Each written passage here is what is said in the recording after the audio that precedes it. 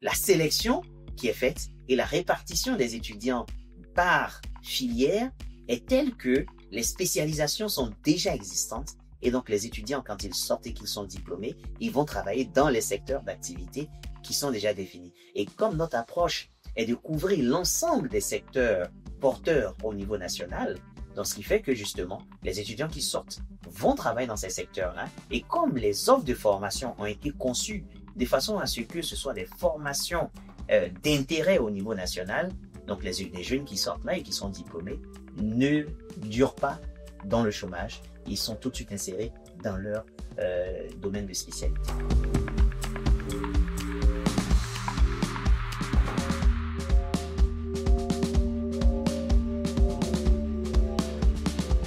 Bien, merci pour cette interview.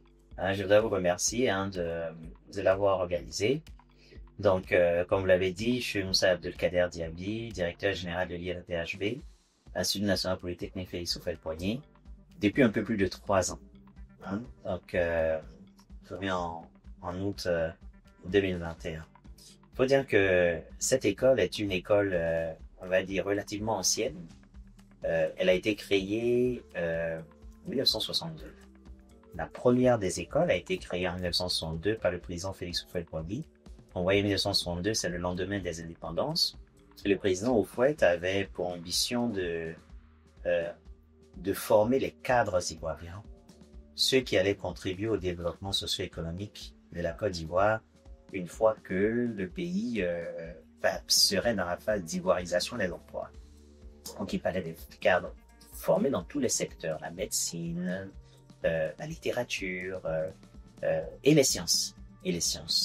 Et pour les sciences, il avait créé donc l'École nationale supérieure des travaux publics, ensuite l'Institut national supérieur d'enseignement technique, l'École nationale supérieure d'agronomie. Toutes ces écoles étaient à Abidjan, entre les années 62 jusqu'aux années 70.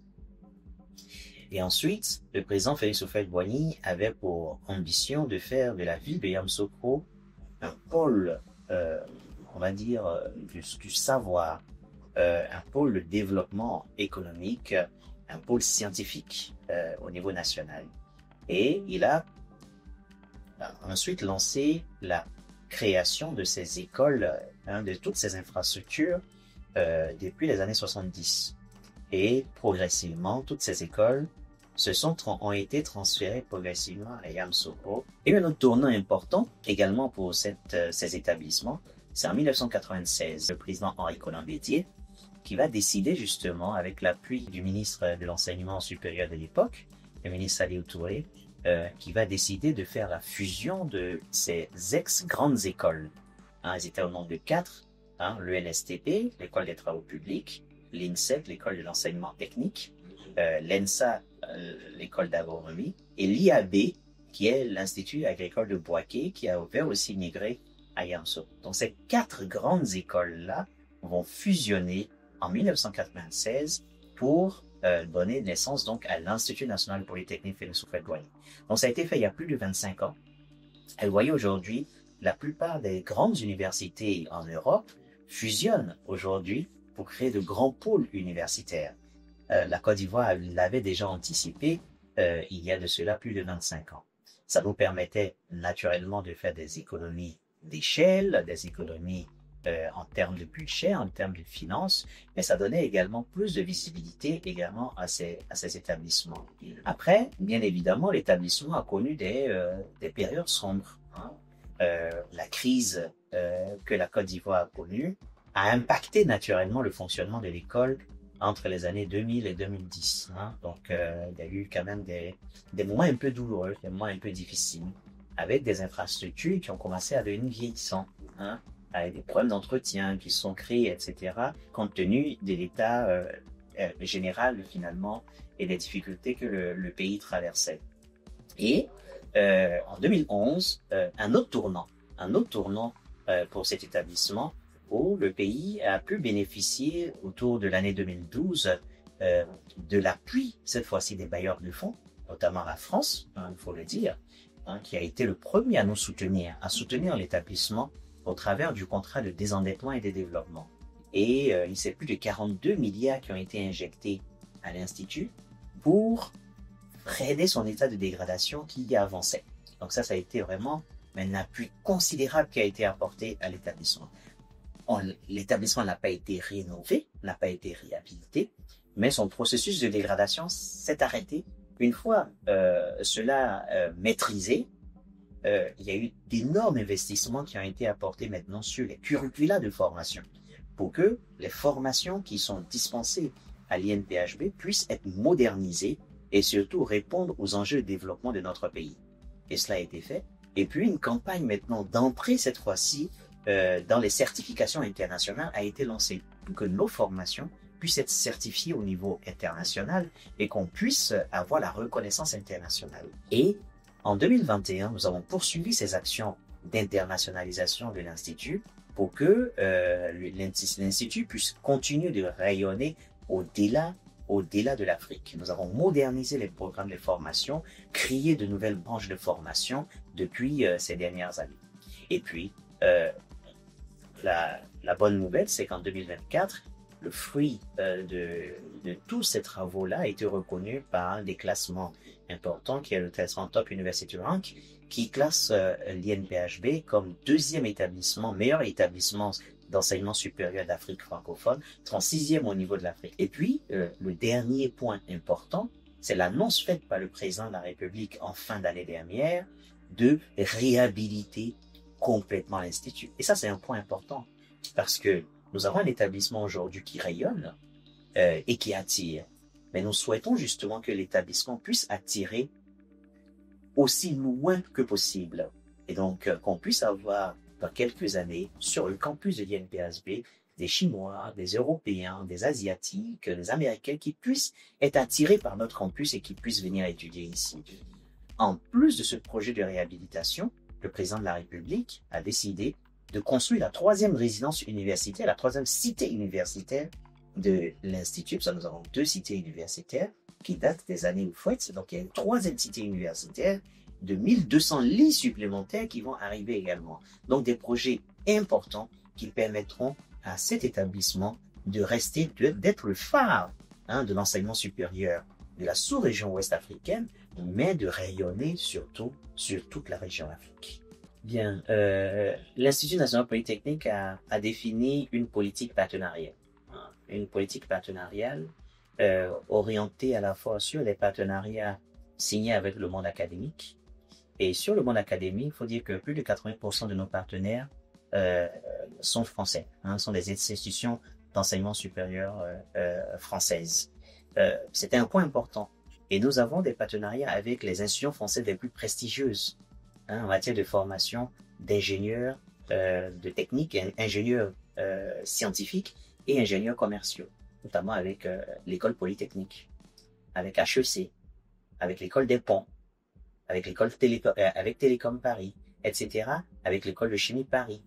Donc, des institutions phares avec lesquelles nous sommes en collaboration. Et ces collaborations-là, elles portent sur à la fois la conception, la co-conception de parcours de formation qui sont délocalisés en Côte d'Ivoire à l'INPHB, de façon à ce que ça puisse profiter au maximum de jeunes Ivoiriens, et puis également des programmes de mobilité pour permettre à quelques-uns des Ivoiriens compétents qui puissent aller également poursuivre les études dans des spécialités qui existent dans ces différentes écoles-là. Donc, les 2 modes, en fait, de partenariat. Et ça, c'est dans le domaine académique. Mais nous avons élargi nos spectres de partenariat. Nous avons des collaborations avec l'école de gestion d'Arc à Neuchâtel, par exemple, en Suisse. Nous avons des collaborations avec l'école polytechnique de Montréal.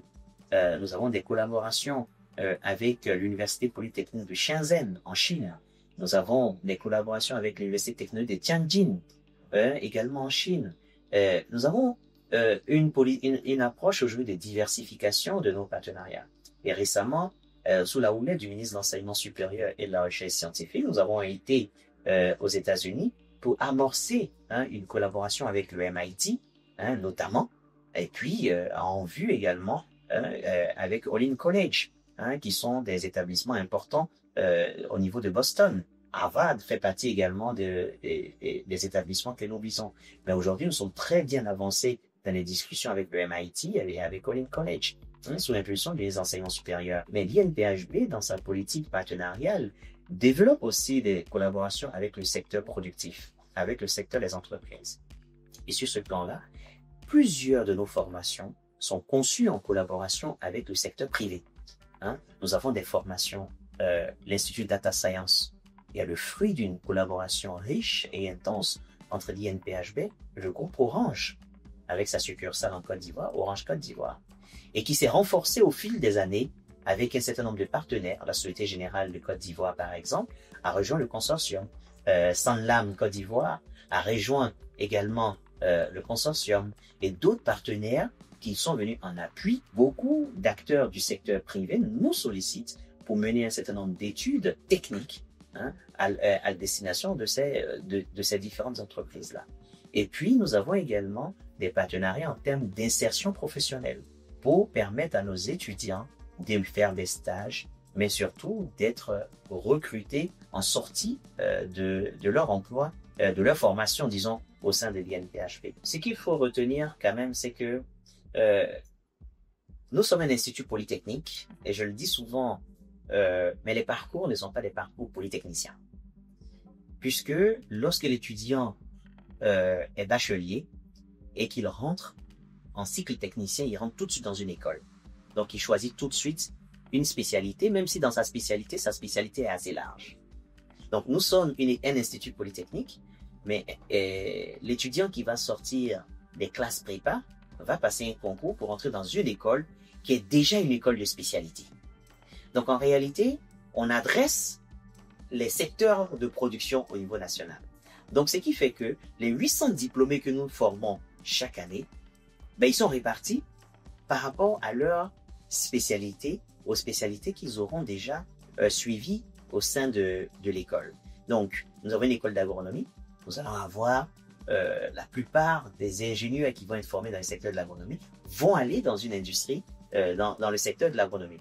La plupart des gens qu'on va former dans le domaine de la télécommunication vont aller dans le secteur de la télécommunication. Ceux qu'on va former dans le domaine des banques vont aller donc dans le domaine des mines vont aller donc de toute façon je dirais la sélection qui est faite et la répartition des étudiants par filière est telle que les spécialisations sont déjà existantes et donc les étudiants, quand ils sortent et qu'ils sont diplômés, ils vont travailler dans les secteurs d'activité qui sont déjà définis. Et comme notre approche est de couvrir l'ensemble des secteurs porteurs au niveau national, donc ce qui fait que justement, les étudiants qui sortent vont travailler dans ces secteurs-là. Et comme les offres de formation ont été conçues de façon à ce que ce soit des formations d'intérêt au niveau national, donc les jeunes qui sortent là et qui sont diplômés ne durent pas dans le chômage, ils sont tout de suite insérés dans leur domaine de spécialité.